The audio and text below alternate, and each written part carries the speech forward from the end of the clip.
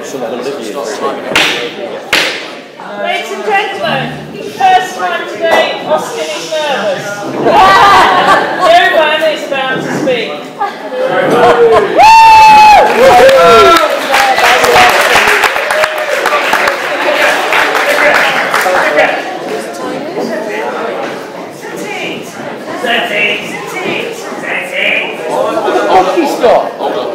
I'll wait for you, it's fine.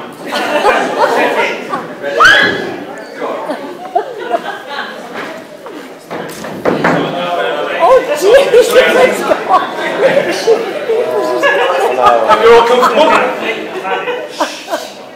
Before I start today, I've been told that there are a number of areas that are outbound. I can't make any jokes about the mother-in-law. Absolutely. I can't make any jokes about the bride. And I can't make any jokes about Austin's sexual history.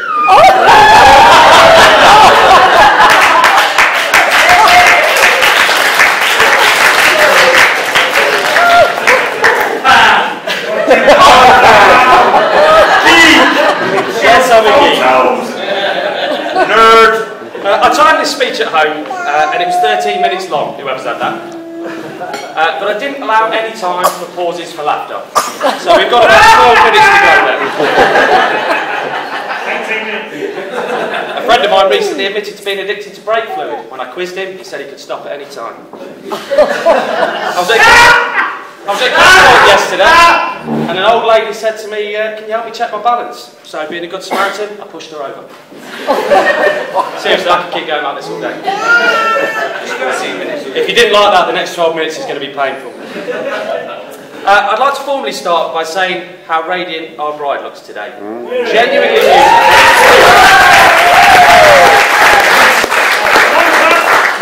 Genuinely beautiful, along with their perfect little Nicole.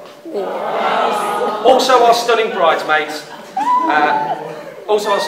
Bridesmaids, having supported Caroline incredibly well leading up to the wedding and helping her throughout today. I know how much she has appreciated your help and friendship. And how could I miss out the gorgeous Wendy and Liz, who look phenomenal today? It's perhaps an inappropriate time to tell you this, Wendy, but I've always had a crush on you. I would at this point ask you all to raise your glasses for the bridesmaids, the mothers, our beautiful page girl, and of course the bride. There are no doubt many of you here today who don't know what I do for a living. Austin certainly doesn't. I'm not even sure that I know. But I do a lot of public speaking for my job. You'll see no evidence of this today. It's actually my third time as best man today, but don't get excited. It's not because of my ability to make a speech. I just know how to throw a really good stag do. Yeah! Trust me, if you've been looking forward to this speech, you're going to have been feeling like England supporters do in a World Cup year. Very disappointed and possibly a little angry. I'm told the best man speech is supposed to be very funny and give an insight into the group. So the only insight I can give you, well, if this isn't funny, consider it a taste of our friendship for the last 2 decades. And the only insight I can give you is he's a bit of a knob. When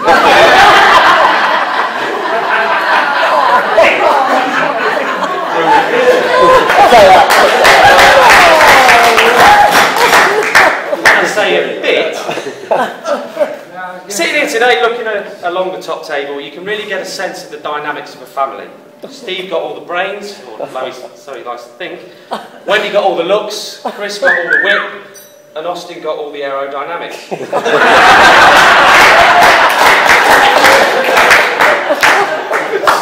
Many of you will know Austin through Caroline, and as such will have known him for about 18 years old, being as he courted her when she was 14.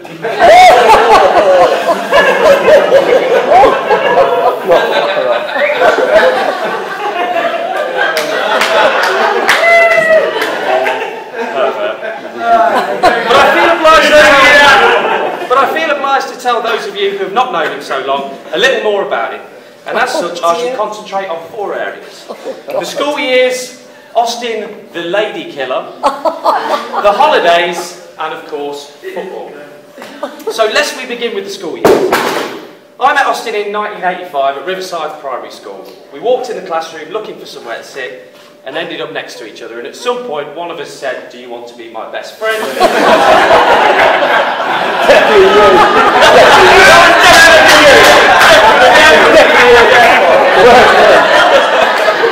With shady eyes. You're my friend, I'm foreign. I needed a sponsor to stay in the country.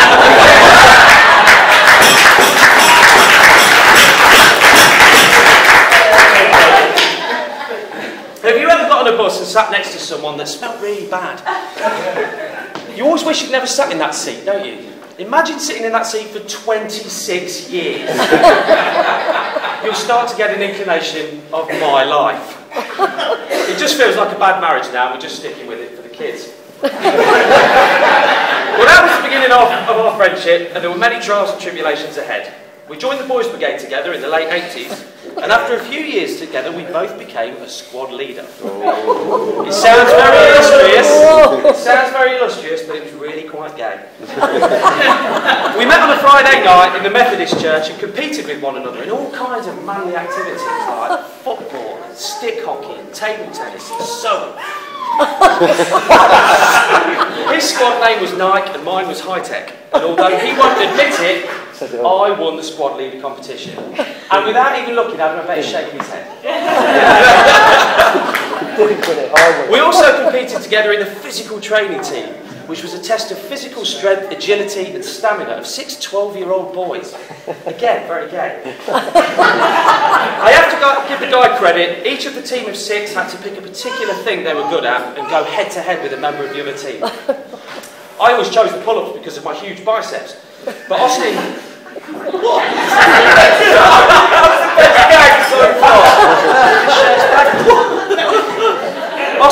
Austin was always our secret weapon with the press-ups. He could do over 50 press-ups in a minute, which is very impressive. Unfortunately, he's one and only talent in life, and it became redundant by the time he reached puberty. I feel it only right to give you a measure of the man, too. A sense of his honesty, integrity, and his honour. 1991, Stone Hill High School, the cross country.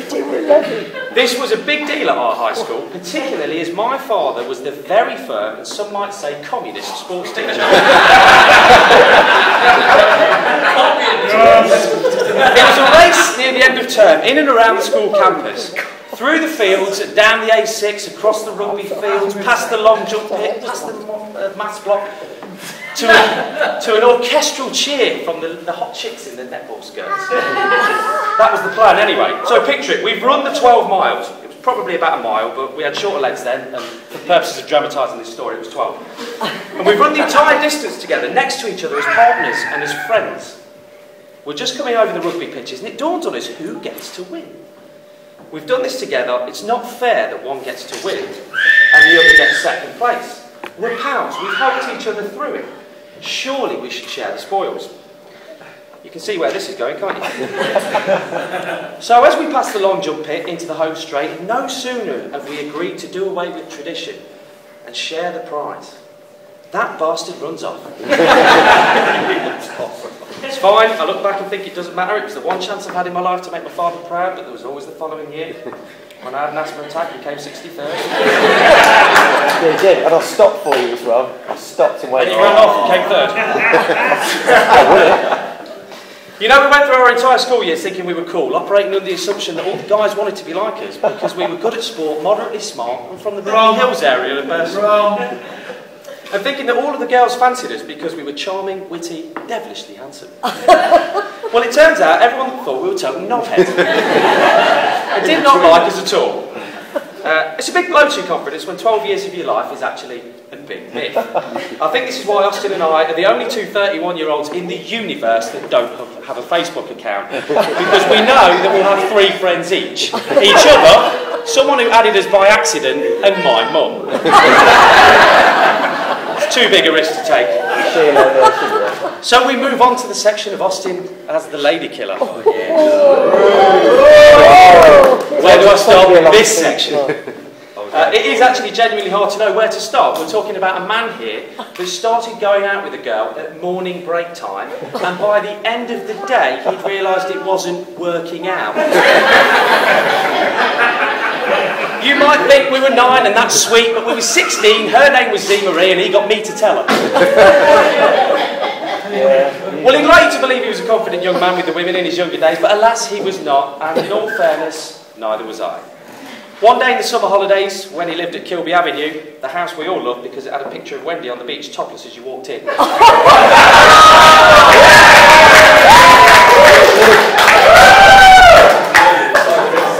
was as you walked in! Why would you allow that? I'd only ever seen 2 breasts, yours and my mum's, and I'll be honest, yours are better.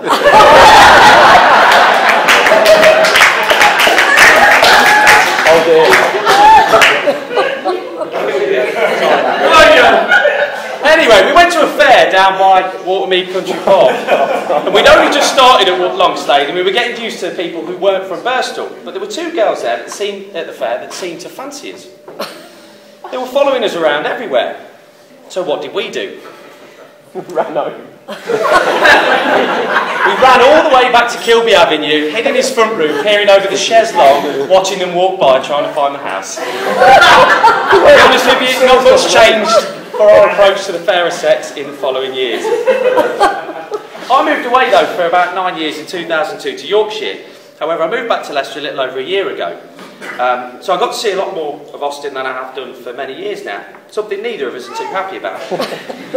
This is how stupid Austin can be. He has a tendency to wind people up. He's very good at giving out stick, not so good at taking it. But he was very pleased when I came back so he could give me a little bit of stick. Quite a dangerous tactic, considering that I was always going to deliver a speech in front of all the people important in his life. Added to that, I'm a man that often doesn't know where the line is, and even if I do, I don't mind crossing it. So let me tell you about the time when Austin lost his virginity. Seriously, I wouldn't do that. There's no room in the speech for another 34 seconds. I will, however, correct you on a story, and I will, however, tell you about the following day. Let's just put it this way, the experience did not go well for him, and it really didn't go well for her, which made him quite distraught and looking for comfort in his best friend. I woke up and he was at the end of my bed, which was a little bit frightening. That's probably why it didn't go so well the previous evening, because having Austin on your bed is quite frightening. Anyway, he started telling me about it, and I'll be honest, I was still a virgin. I know it's hard to believe he got laid before me, but I have no frame of reference apart from the videos that we've watched that we found under Steve's bed.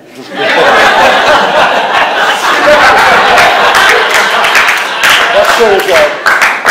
There was a note that said delete. So I wonder where they've gone. Can I have them back? Anyway, what did I decide was the best remedy to get him out of the doldrums? I suggested we go and dye our hair. We were borderline gays.